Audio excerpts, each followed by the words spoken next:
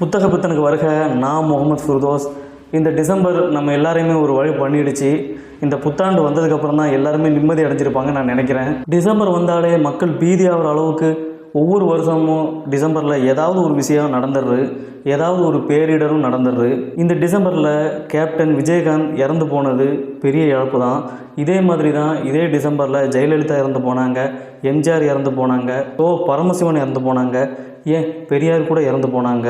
அதிக வயோதிகம் அடைஞ்சு இறக்குறது எல்லாமே இயற்கை சம்மந்தப்பட்ட நிகழ்வு தான். அதே மாதிரி சென்னையில் வந்த வெள்ளமாக இருக்கட்டும், தென் மாநிலங்களில் தூத்துக்குடி திருநெல்வேலியில் வந்த வெள்ளமாக இருக்கட்டும், 2004 ஏற்பட்ட சுனாமியாக இருக்கட்டும், இதுவும் இயற்கையான நிகழ்வு தான். இது இயற்கை பேரிடர் தான்.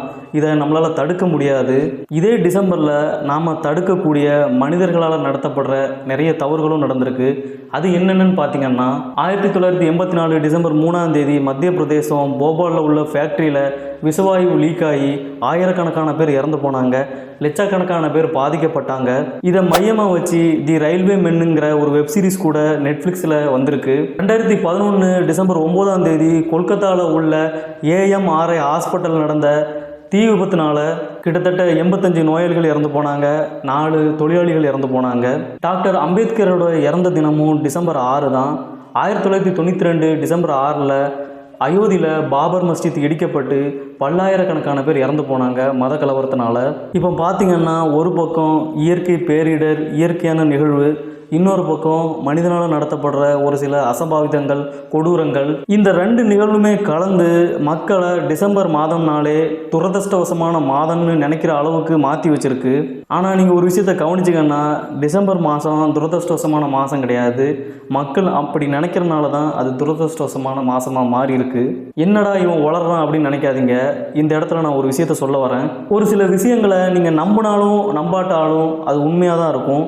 புகைப்பிடிச்சா கேன்சர் வரும், மோடி தான் இந்தியாவோட பிரதமர், தண்ணி 100 டிகிரி சென்டிகிரேட்டில் கொதிநிலையை அடையும், சிவாஜி செத்துட்டாரு, இந்த மாதிரி விஷயங்கள். வேறு சில விஷயத்தை எடுத்துக்கிட்டோன்னா, நாம் அதை நம்புறனாலேயே அது உண்மையாக ஆகிறதுக்கான சாத்தியக்கூறுகள் நிறைய இருக்குது. இதை தான் சமூகவியலாளர்கள் செல்ஃப் ஃபுல்ஃபில்லிங் ப்ராஃபஸி, தமிழில் சொல்லணும்னா சுய தீர்க்க தரிசனம்னு சொல்கிறாங்க. இதுக்கு உதாரணம் சொல்லணும்னா, தி ஹிந்து நாளிதழில் ஒரு சில ஆண்டுகளுக்கு முன்னாடி டாக்டர் கு கணேசனோட கட்டுரை வந்திருந்துச்சு, நலம் வாழ தொடரல.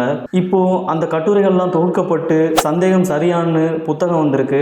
அதில் ஒரு கட்டுரை என்ன சொல்லுதுன்னா, மதுரை ராஜாஜி மருத்துவமனையில் டாக்டர் கு கணேசன் ஹவுஸ் சர்ஜனாக பணிபுரிஞ்சிட்டு இருந்த காலகட்டத்தில் ஒரு பள்ளிக்கூடத்தில் சிறுவர்கள் சாப்பிட்ட மதிய சாப்பாட்டில் பள்ளி விழுந்துட்டதா சொல்லப்பட்டு அந்த சாப்பாட்டை சாப்பிட்ட சிறுவர்கள் வாந்தி எடுக்கிறதா கூப்பிட்டு இருந்தாங்க.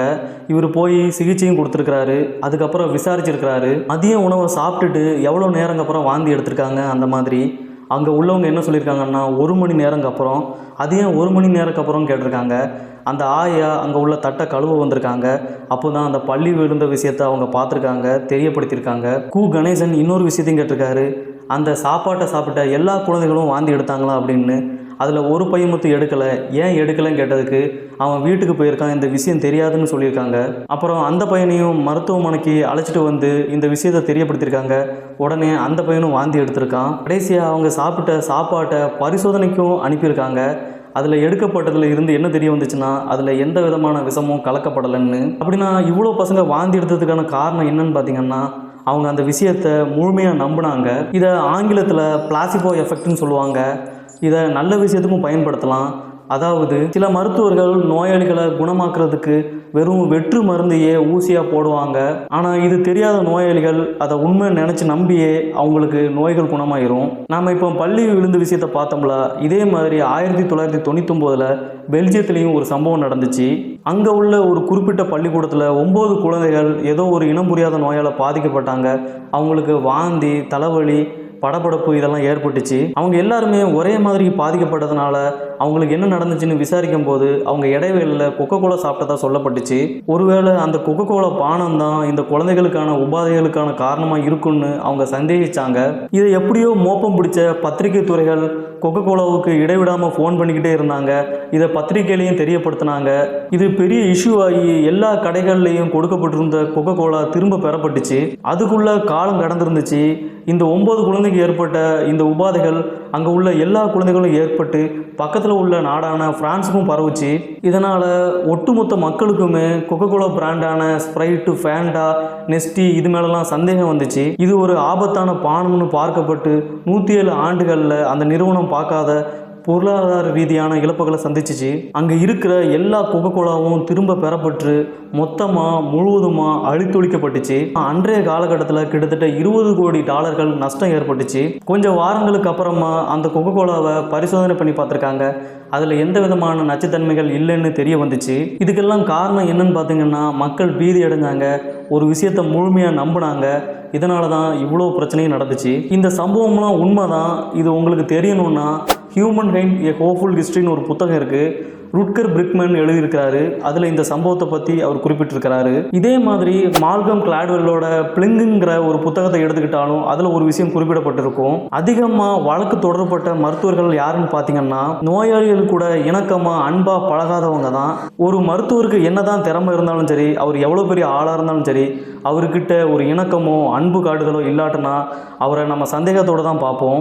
பொதுவாக நம்மளே எடுத்துக்கிட்டாலே நாம் ஒரு மருத்துவர்கிட்ட போனோம்னா சாதாரணமாக அவர் முதல்ல நம்ம பிரச்சனையை கேட்கணுன்னு தான் நம்ம எதிர்பார்ப்போம். அதுக்கப்புறமா அவர் அதுக்கு தலையாட்டிட்டு தீர்வை சொல்லணும்னு எதிர்பார்ப்போம், மருந்து கொடுக்கணும்னு எதிர்பார்ப்போம். நம்ம பிரச்சனை எதுவுமே கேட்காம ஏதாவது மருந்து கொடுத்தனா நமக்கு கண்டிப்பாக சந்தேகம் வரும், இவர் உண்மையிலே டாக்டர் தானா அப்படின்னு. ஏன்னா நம்ம ஒரு நம்பிக்கை வச்சுருக்கோம், மருத்துவர்னா அதிகமாக நேரம் செலவிடணும், நம்மக்கிட்ட அன்பாக பழகணும், அன்பு காட்டணும் அப்படின்னு. இதனால் ஒரு விஷயத்தை நம்ம போதுமான அளவு நம்பினா அது உண்மையாக கூடும். அதனால் இங்கே டிசம்பர்னால் பேரிழப்போ பேரழிவோ நடக்கலை. நாம் அந்த டிசம்பர்னால் இப்படி நடக்கும்னு நம்புகிறோம். அதனால் இப்படியெல்லாம் நடக்குது. நான் முகநூலில் ஒரு பதிவு பார்த்துருந்தேன். அதில் ஒரு மனிதர் இப்படி போட்டிருந்தார், இந்த டிசம்பரில் எல்லாருக்கும் ஒரு பிரச்சனை நடந்துச்சு, எனக்கு நடக்கலையேன்னு எதிர்பார்த்தேன், கடைசியாக என் குடும்பத்துலேயும் ஒரு ஆள் இறந்து போயிட்டார் அப்படின்னு. நீங்கள் நல்லதை நம்புறீங்களோ கெட்டதை நம்புறீங்களோ, ஆனால் அது நம்புகிற பட்சத்தில் உண்மையாக நடக்கிறதுக்கு வாய்ப்பு இருக்குது. அதனால் முடிஞ்ச அளவுக்கு நல்லதையும் நம்புங்க. உங்களிடமிருந்து விடைபெறுகிறேன். நன்றி.